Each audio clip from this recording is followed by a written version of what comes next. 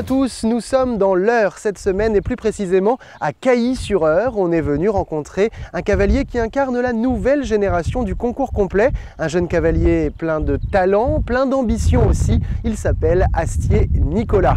Astier s'est installé ici depuis le début de l'année et je vous propose qu'on aille tout de suite le rencontrer. Et j'ai donc rejoint Astier à l'intérieur de ses écuries. Bonjour Astier.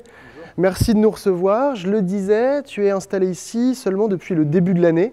Alors, tu viens du sud-ouest. Est-ce que le changement n'est pas trop dur?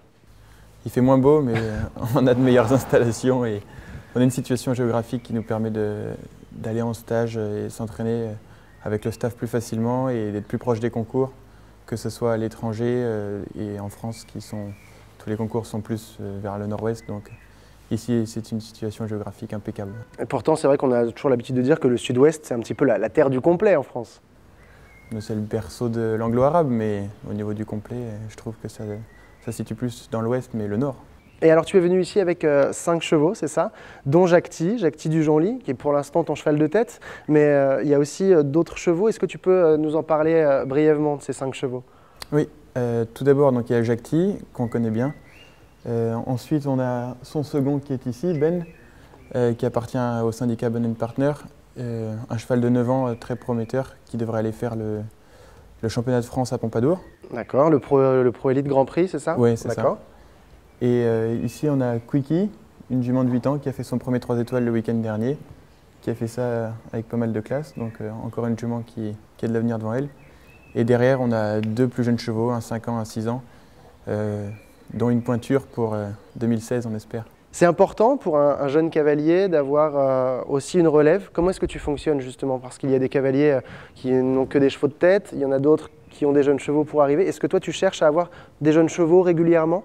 Moi je cherche à avoir des chevaux de tout âge et en quantité si possible. Ce n'est pas encore le cas, je suis déjà très chanceux, c'est la première année où j'en ai 3 qui sont au niveau 3 étoiles et ça me comble.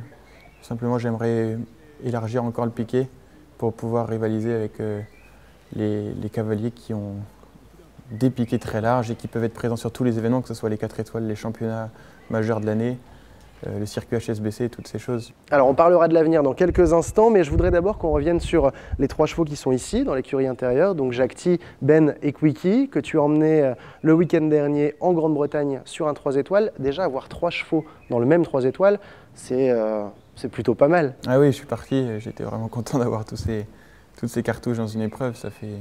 C'est très flatteur par rapport au travail que j'ai fait sur eux, de pouvoir enfin récolter le fruit de ce travail sur un concours de ce niveau. C'était vraiment très plaisant. Bon, on parlera des résultats dans quelques instants. Tu restes avec nous évidemment Astier. Nous, on va partir maintenant direction le Qatar. On va changer de discipline, on va parler saut d'obstacles, puisqu'au Qatar, à Doha, il y avait ce week-end de la première étape du Global Champions Tour. Voyons comment ça s'est passé. Il y a comme quelque chose de déjà vu. Edwina Tops-Alexander au sommet du podium. L'Australienne, vainqueur du circuit l'an dernier, marque déjà les 40 points de la victoire dès la première étape du Global Champions Tour 2012. Pourtant, la tâche n'était pas simple. Associée à son fidèle Ito du Château, doyen de cette compétition, elle s'est lancée la première sur un barrage qui allait se jouer à 7. Edwina est la seule femme qui reste dans l'arène à ce moment de l'épreuve. Elle tourne très court d'abord, avant de laisser le sel français galoper. Et malgré sa petite taille, l'amplitude est là. Comme à son habitude, la cavalière ne ralentit jamais avant la ligne d'arrivée. Le temps de référence est annoncé, 40 secondes 99. Un temps que beaucoup vont approcher, mais qu'aucun ne pourra battre. Billy Twomey d'abord sera 4e avec Tinka Serena dans 41 secondes 44. Pius Schwitzer 3e sur Verdi 3 en 41 secondes 32. Et Marco Kutscher termine 2e avec Cornetto Bolanski en 41 secondes 24. Côté français, alors qu'ils étaient 7 à fouler la piste de Doha, aucun ne figurait parmi les barragistes. Simon Delestre termine 12e sur Valentino Velvet à cause d'une faute en première manche. Olivier Guillon et Lord de Thésée seront 14e. Quant à Bosti, qui remportait plutôt l'épreuve de vitesse avec Castle Forbes Cosma, il commet lui aussi une faute associée à Idéal de la Loge, mais sur la seconde manche. Rendez-vous désormais à Valence en Espagne pour le 2e round de ce circuit 2012. Et on est donc de retour dans l'Eure, dans les écuries d'Astier. Alors Astier, est-ce que toi tu suis justement les autres disciplines, le CSO, le dressage? Le CSO un peu, oui. Parce que le CSO ça m'attire plus. Pourquoi? Le barrage. Ouais. Le fait d'aller vite, tout ça, ça te... Ouais, sauter haut et tourner court et aller vite, ça c'est très plaisant. J'ai été au Saut Hermès voir des démonstrations magnifiques par les grands cavaliers, c'est impressionnant et ça donne envie. Est-ce que toi, tu montes aussi en saut d'obstacle ou en dressage pour t'améliorer sur ces tests-là pour le complet? En début de saison, pendant l'hiver, j'essaye de faire un petit peu d'obstacle. J'ai pas eu trop l'occasion d'en faire cette année, j'en ai fait qu'un seul. Pour ce qui est du dressage, j'en ai fait un peu l'an dernier avec Jacques parce qu'il est un petit peu coquin, surtout en début d'année. Donc j'en ai fait un peu pour l'habituer à l'ambiance. Et il faudrait que j'aille en faire un petit peu là si j'ai l'occasion.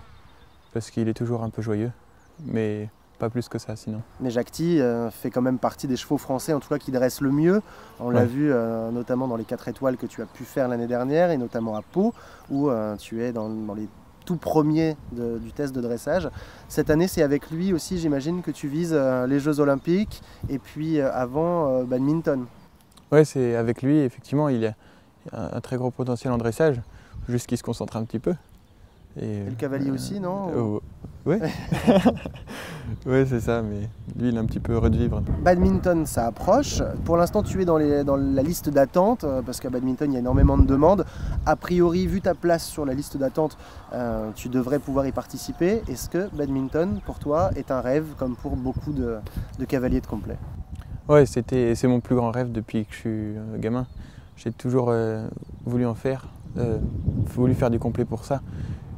Quand j'étais petit, à un moment donné, les cours en poney club m'embêtaient un petit peu, puis je me suis fait remotiver par des vidéos de badminton et c'est vraiment pour ça que je monte.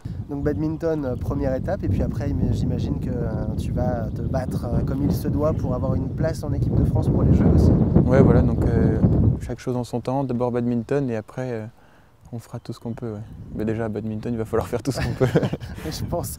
À 23 ans, c'est facile d'être en équipe de France et de jouer une place olympique. Quand on a 23 ans avec les autres cavaliers français qui ont plus d'expérience, est-ce que tu arrives à trouver ta place aujourd'hui dans cette équipe?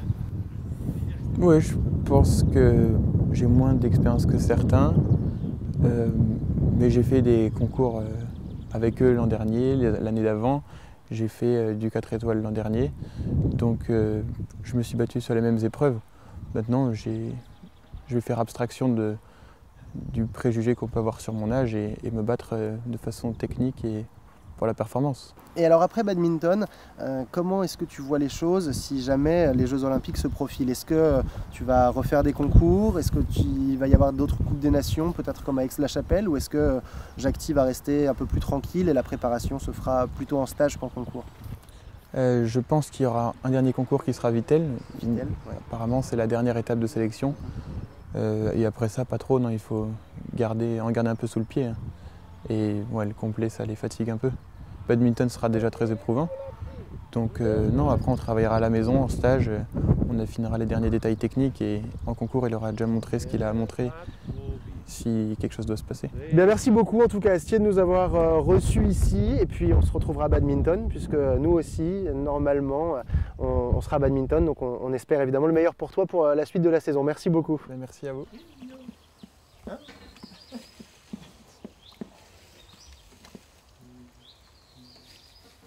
Et pour finir cette émission, eh bien, on va changer encore une fois de discipline. On va partir à Saumur, puisqu'il y avait là-bas ce week-end un concours de voltige international 2 étoiles. Cet été, au Mans, il y aura les championnats du monde de voltige. Et donc Saumur servait en quelque sorte de répétition, et notamment pour les Français. On a décidé de suivre là-bas Nicolas Andréani, le numéro 1 français de la discipline, qui vise évidemment un titre mondial cet été, mais il revient de blessure. Alors où en est-il dans sa préparation? Regardez. Vice-champion d'Europe en titre, Nicolas Andréani revient sur la piste après 8 mois d'absence pour blessure. Un retour à Saumur devant son public, un concours qu'il affectionne et qu'il a remporté les 3 dernières années.